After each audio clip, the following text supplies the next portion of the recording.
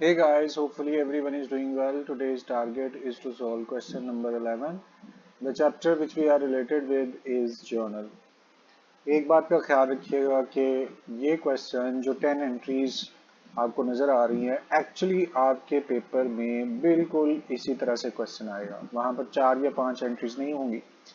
और दूसरा, अगर ये जनरल का क्वेश्चन आपके पेपर में मौजूद है तो वो लॉन्ग क्वेश्चन होगा, 20 मार्क्स का क्वेश्चन होगा।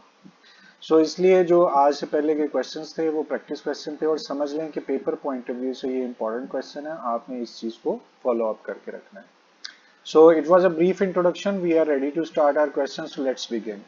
अब चूंकि यहाँ पेपर में भी बाजू का ऐसा डेट नहीं दी होती, अब नंबर्स दिए हैं तो बस आप नंबर्स ही चला दें। फर्स्ट एंट्री है, the first entry and narration is Faisal started business with cash. Same entry we have done for several times. Started business with cash. When you will start business, cash will come in. Cash आपका asset है. Asset is increasing. Increase in asset should be debited. The amount with which you will start your business, that amount would be considered as capital.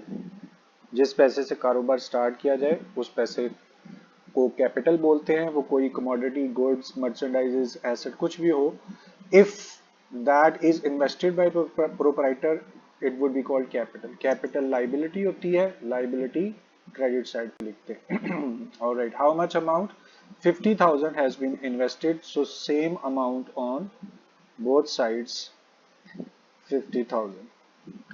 अच्छा जी, अब next देखते हैं। हमारे पास second entry है, purchase building for cash. The very first step is to write narration. Purchased building for cash. When you will buy a building, building is an asset, asset is increasing, increase in asset debit, so you will debit building. When you will buy a building, your cash will go out. Cash is your asset, asset is decreasing, decrease in asset should be credited, so cash is credit. And building is purchased for 10,000.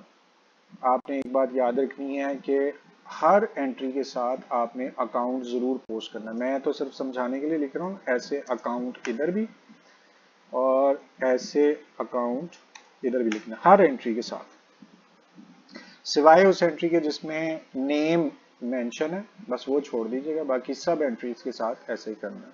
ले जी, number third is saying purchase merchandises on account. Purchased merchandise on account. On account means उधार खरीदा है। सो मर्चेंडाइजेस, commodities और goods, ये एक ही बात होती है। गुड्स, मर्चेंडाइजेस और commodities. So goods are coming in, goods are near asset, asset are increasing, increase in asset should be debited, तो यहाँ गुड्स लिखना चाहिए था, और गुड्स नहीं लिखते, मर्चेंडाइजेस नहीं लिखते, उसकी जगह working, working is here is purchase, so you will debit purchase. On account का मतलब है पैसे नहीं जा रहे, so the person to whom amount is still payable, he is your creditor, तो आप यहाँ पर क्रेडिटर लिख सकते हैं, या आप अकाउंट पेएबल भी mention, AP for account payable. बहरहाल क्रेडिटर भी काफी है, इसलिए कि नाम मेंशन नहीं है यहाँ पे। यहाँ देखिए, परचेज मर्चेंडाइजेस ऑन अकाउंट, नाम नहीं है कि वो अली से खरीदा है, बाबर से खरीदा है, तो आप यहाँ क्या करेंगे, just mention he is your creditor या account payable.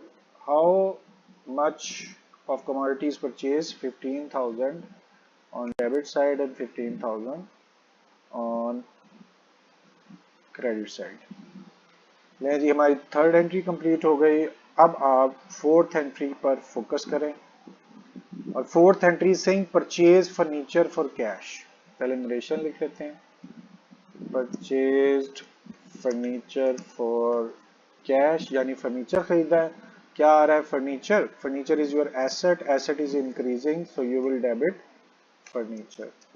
और दूसरी सूरत में cash is going out, cash आपका एसेट है, एसेट डिक्रीज हो रहा है, decrease in asset should be credited, so you will put cash on credit side.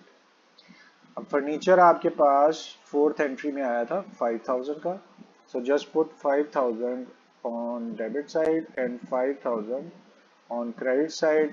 ले जी, 4 एंट्रीज कंप्लीट हो गई। अब पांचवी देखते हैं क्या है। Sold goods for cash, narration as usual, sold goods for cash, चीजें बेची है और पैसे आए, cash is your asset, asset is increasing, increase in asset should be debited, तो कैश को डेबिट करेंगे। और goods are going out, goods are your near asset, asset is decreasing क्योंकि बेच जू रहे हैं तो एसेट डिक्रीज हो रहा है, decrease in asset should be credited, तो यहाँ गुड्स आनी चाहिए थी क्योंकि चीजें जा रही हैं, मगर गुड्स नहीं लिखते, उसकी जगह working, working is sales, so simply you will put sales. So sold goods for cash, cash to sales, or amount is 10,000. You will be posting on both sides. पांचवी एंट्री कंप्लीट हो गई। Now let's see what sixth entry is saying. Paid cash to creditor for goods purchased on account. आप ऊपर जाएं वापस, bought merchandises on account 15,000। तीसरी entry में आपने ये चीजें परचेज की थी और अब सिक्स एंट्री में उनको कैश पे कर रहे हैं 7,000 का। देखें ये चीजें परचेज की थी, creditor was the person from whom you have bought these commodities. So अब क्या कर रहे हैं, कैश पे टू क्रेडिटर्स, उन्हीं क्रेडिटर्स को आपने कैश पे करना है। दोबारा देखें, पेड कैश टू क्रेडिटर्स। अब जब आप पे कर देंगे तो cash will go out, cash is your asset, asset is decreasing, decrease in asset should be credited, तो आप कैश को क्रेडिट साइड पे लिख दें। अब यहां गौर करें, क्रेडिटर वाज योर लाइबिलिटी क्योंकि उसको पैसे देने थे। When you will pay your cash, your liability would be decreased, decrease in liability should be debited, तो यहां आप क्रेडिटर का नाम डेबिट साइड पे लिखेंगे। पता चल गया ना कि ये आपकी लाइबिलिटी थी मगर वो कम हो रही थी, यहां पर वो लाइबिलिटी थी और लाइबिलिटी में कमी की वजह से आपने क्रेडिटर्स को डेबिट किया और कैश एसेट में कम हो रहा है। अब टोटल जो उनसे चीजें परचेज की थी that was 15,000, but now we are paying only 7,000, तो कोई बात नहीं, 7,000 अभी पे कर रहे हैं, बाकी अभी स्टिल आपकी लाइबिलिटी है। सिक्स्थ एंट्री कंप्लीट हो गई।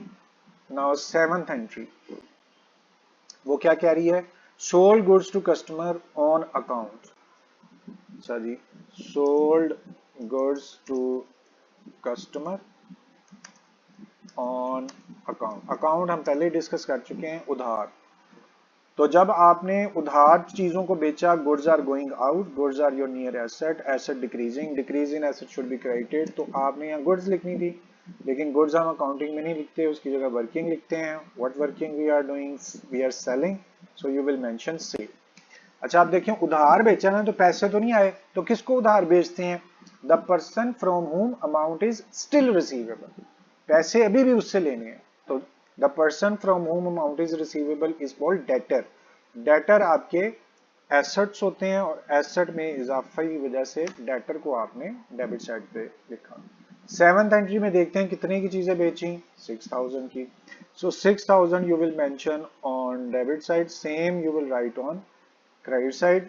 एंट्री नंबर 7 खत्म। एंट्री 8, और पहले आप इसकी नंबर पुट कर देते हैं। Entry number 8 is saying withdraw cash 2,000 for personal use. यहां पर पहले नरेशन पुट करें, withdraw cash for personal use. अच्छा यहाँ इसने ये नहीं मेंशन किया कि विथड्रॉ कैश फ्रॉम बिजनेस, करना चाहिए था, मगर बहरहाल withdraw cash for personal use.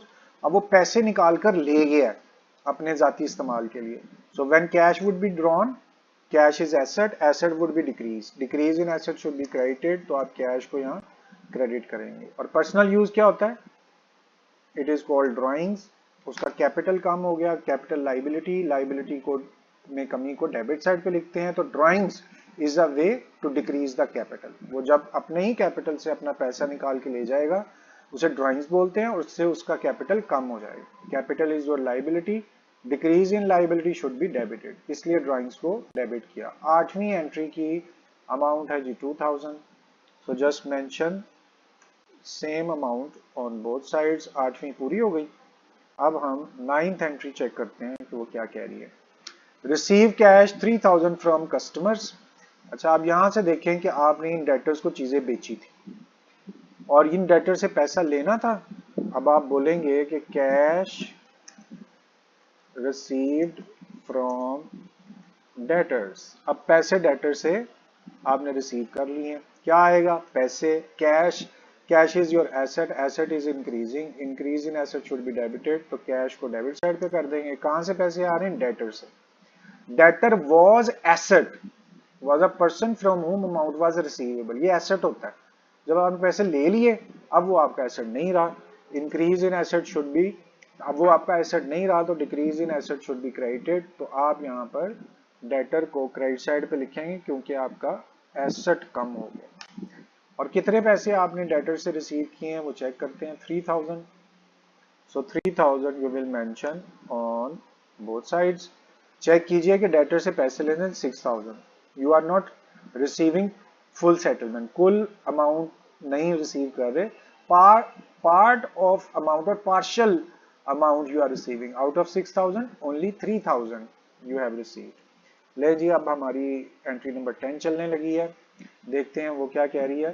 Paid salary to employ, okay, simply आप ये भी लिख सकते हैं पेड सैलरी, क्योंकि सैलरी पे ही एम्प्लॉइज को करते हैं। जब आप पे करेंगे तो cash will go out, cash is your asset, asset is decreasing, decrease in asset should be credited, तो कैश हो गया क्रेडिट। जब सैलरी पे करेंगे, ये बार बार पे करते हैं, तो it is an expense, expense should be debited, तो आप यहाँ पर एक्सपेंस की वजह से सैलरी को डेबिट कर रहे हैं। कितनी सैलरी पे की है? 3500, so just mention 3500 on debit side and 3500 on credit side. 10 entries complete हो गई। इनमें से कोई एक भी एंट्री ऐसी नहीं है जो हमने पहले ना की हो, कई दफा भी हो सकती है, जैसे started business, building purchase, bought merchandise, ये सब entries we have done for so many times, इसलिए भी टाइम थोड़ा सा कम लगा है, हालांकि 10 एंट्रीज हमने की हैं। बहरहाल पेपर के लिए आपने जब क्वेश्चंस की तैयारी करनी है तो ये ज़हन में रखना है 10 एंट्रीज होंगी और उनकी जनरल एंट्रीज आपको कंप्लीट करनी है। So in this way are entries completed. It is requested to please practise by yourself, आपसे 1000 दफा मैं ये रिक्वेस्ट करता हूँ कि प्लीज घर में बैठ के खुद प्रैक्टिस करें। जैसे आप पहले लेक्चर सुन लें, उसके बाद बैठें और खुद सॉल्व करें और मैच कर लें। अगर आप प्रैक्टिस नहीं करेंगे और जल्दी से किसी और से देख के क्वेश्चन कर लेंगे तो you will never be able to learn well. So next time जब मुलाकात होगी, उम्मीद है कि आप लोगों ने खुद से प्रैक्टिस की होगी। So thank you very much for your time, it's time to say goodbye, अल्लाह हाफिज।